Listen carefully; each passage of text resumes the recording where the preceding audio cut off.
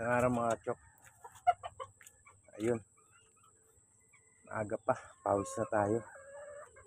8 ng umaga, 8 AM. Bali, ito yung binlog natin nung nakaraan. Yung maliit na space natin. Dito, sabi ko maglalagay ako ng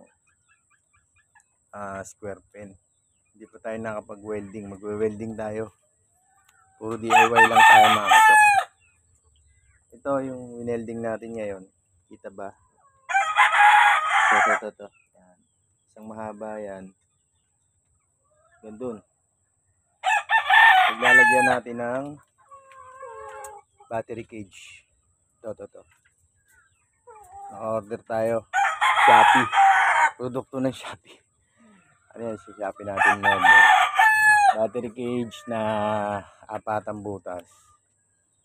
So yun, nakapaglagay na tayo dito ng harang. Dudugtungan pa natin, bibili pa tayo ng yero ngayon. So junk shop lang tayo bibili. Kasi wala tayong budget eh. Alam nyo na. So, dudugtungan natin hanggang doon. Habaan natin. Tapos dito, lalagyan din natin. Tapos dito naman, sa taas, lalagyan natin ng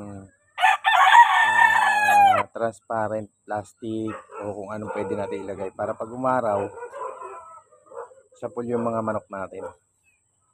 Ayun, nabubungan na rin pala natin to mga kachok. Meron na tong bubong para safe yung mga inahin natin. Pagod maaga pa. Bili muna akong cat food, tsaka curry powder daw. Nagluluto. Ito nga pala mga kachok, pakita ko lang sa inyo. Ito yung gagamitin natin broodcock. Yan, kita ba? Kita? Yan. Shoutout nga pala kay Tito Nonoy. Nonoy Sasi.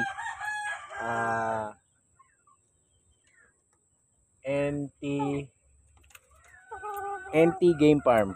Yan. Diyan ang galing yung ating broodcock. Nonoy Sasi. NT Game Farm. Shoutout. Gaganda ng mga manok dyan mga kachok. Check nyo rin. Yan. Tapos yung ating hen. 4. Meron tayong 4. Nandito pa eh.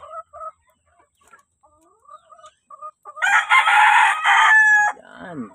May tahid. Kita ba? Yun. 5-piece sweater. Ito. Kita rin. 5-piece sweater din.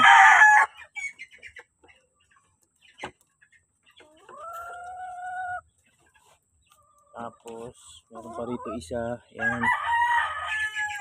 Hindi masyado makita. Yan.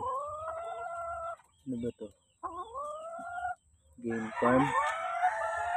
Galing kay ano to? Kay SP. Ruel Amano. Pisan. Baka naman. Yan. Nabili yan ni Tito Nonoy sa Sabong Pinas.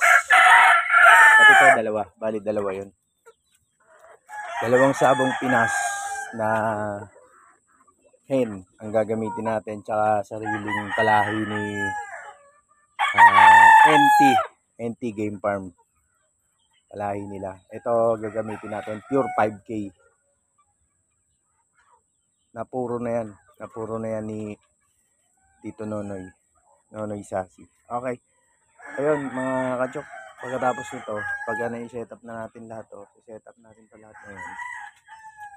Pag na-set na natin to mamaya, update ko kayo para makita nyo rin kung anong resulta. Maliit lang tong backyard natin, pero nangangarap din tayo one day na magkaroon tayo ng maayos na farm. Sana nga magkato. Lahat naman simula sa maliit eh.